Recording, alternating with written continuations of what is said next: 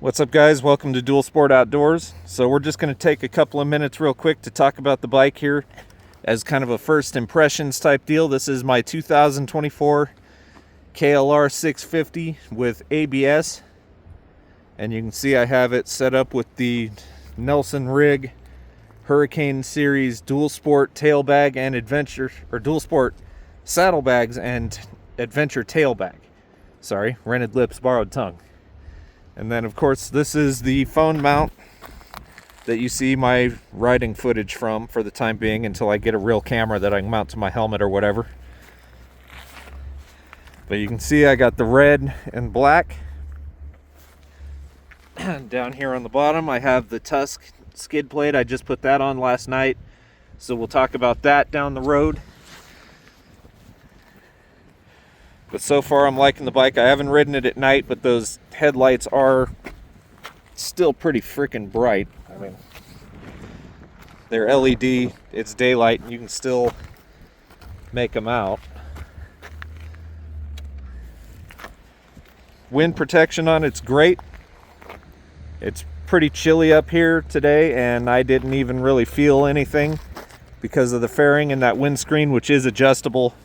I have it just wherever it was when I got it from Roseville Motorsports. And if you live in the Sacramento, California area, go over to Roseville Motorsports, talk to my buddy Dan or his coworker Anthony, and they'll hook you up with a good deal on an awesome bike. So it's pretty good. The suspension's pretty good. I haven't bottomed it out yet, and I weigh about 216 pounds currently. Now the stock tires are not great. I had to I felt them hunting around for traffic a little bit or traction a little bit on the gravel road that leads in here to Loon Lake, which, by the way, this is the opening area to the Rubicon Trail. That dam you can see over there is the dirt road that leads you in, and then the trail is marked. We will be riding that eventually once I get some real camera gear so I can get some good footage for you. But anyway, without showing you my license plate number, the license plate sits way down here. I want to get a tail tidy kit, which will basically be this light. The blinkers will stay where they're at, and it'll bring the plate up. The rack on the back here is great. Here's my luggage. We'll talk about that in a different video. It's got that 6.1 gallon tank, right around 250 mile to 300 mile fuel range, depending on how you're riding it. Now up here in the dash, we got the spot where you can take that out and put in a USB charge point. That's where your switch would go if you were to put the headlights and stuff that the Adventure model has. 12 volt socket down here. Let me move this up out of your way. Let's show you the dash.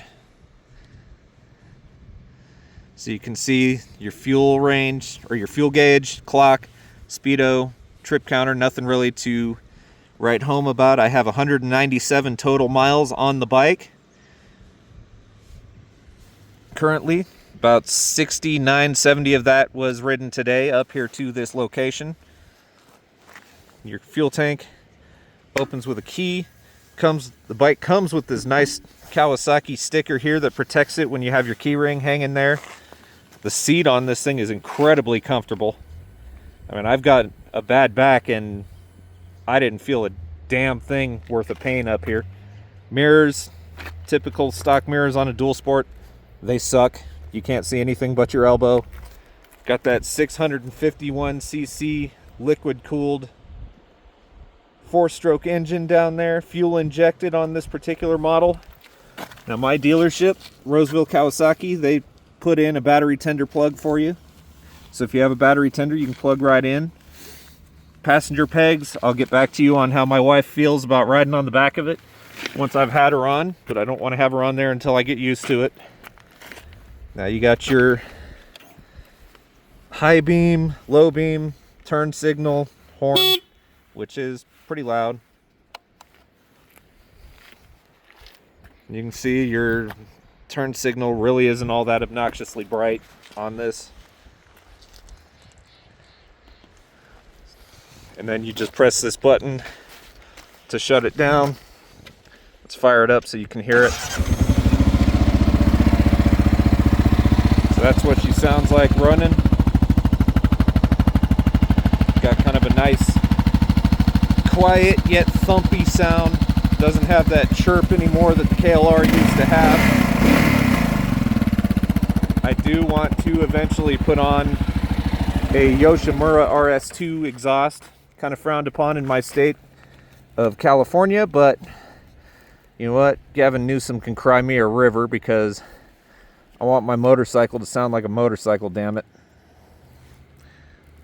I'm just tightening this back up, sorry. So yeah, that's just kind of a quick look around. It's a great bike. I came from a 2018 KLR 650, had a 2012 before that, and then I traded the 2018 in to have a DRZ 400, which was going to be the bike to start this channel, but California wouldn't let me get the tank that would give me the fuel range to get to where I'm at today.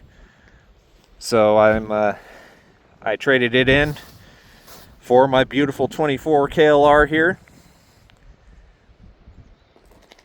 So please thumbs up, subscribe, comment, share.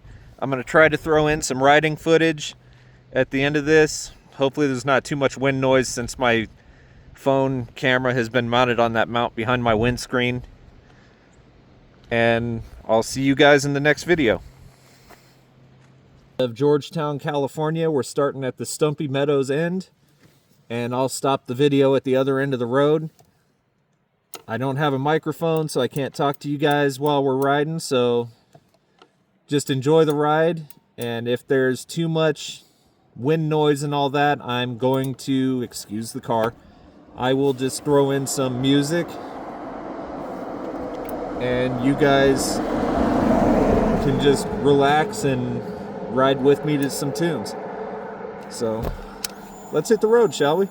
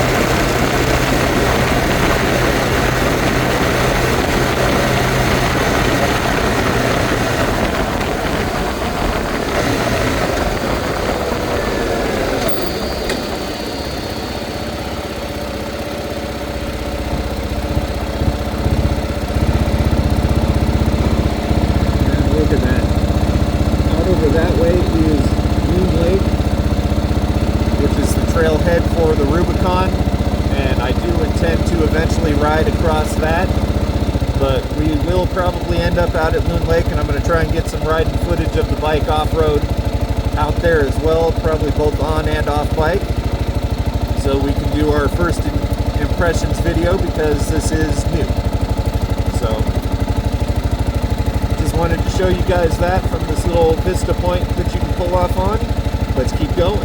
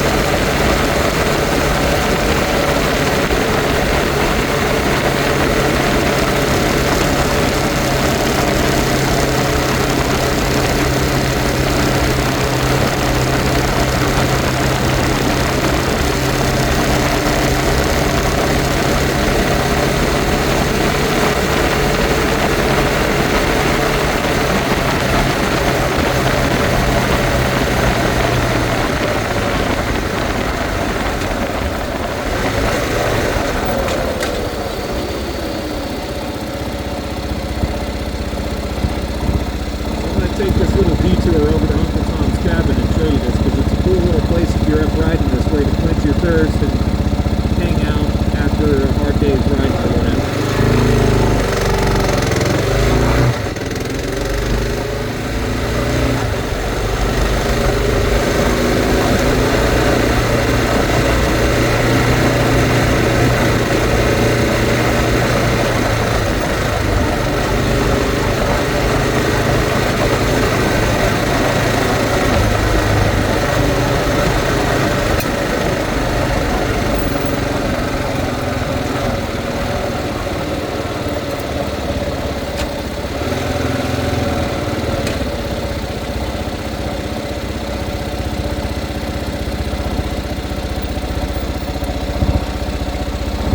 That's the cabin if you're ever out this way riding, hunting, fishing, whatever.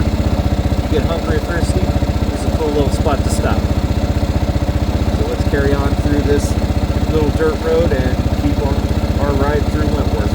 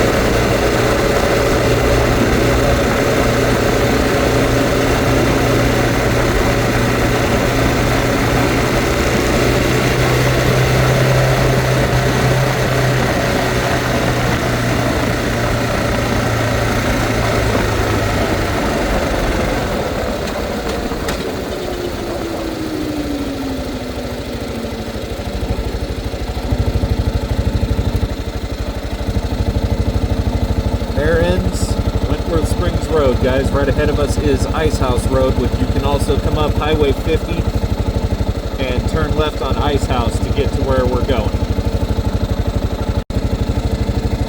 Alright guys, we made it to Loon Lake, so let's go ahead and head on down the trail over here to the front slabs. We're not going to go any deeper into the trail than that because I'm by myself, and while I am a pretty good rider, I don't really feel like risking doing stupid crap without a partner up here. So we're just going to go up here, get some footage of the bike, maybe talk about the bike a little bit for another video, and then we're heading home.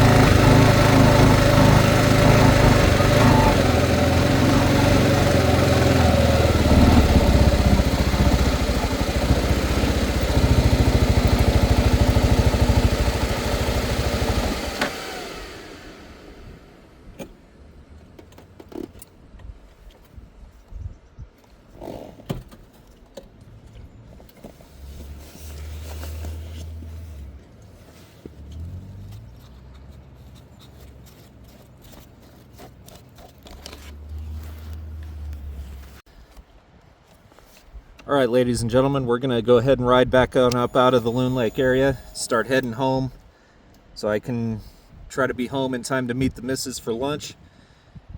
It is currently 9:45 a.m.